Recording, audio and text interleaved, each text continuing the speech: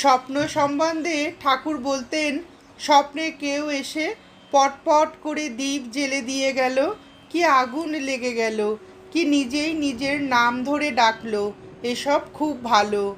শেষের স্বপ্নটি চরম স্বপ্ন।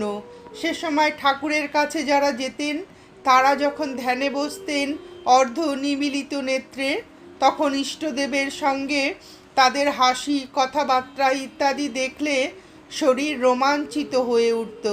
তার অন্তরঙ্গদের প্রায় সকলেরই মধ্যে অষ্টসাত্ত্বিক বিকার কিছু না কিছু দেখা যেত।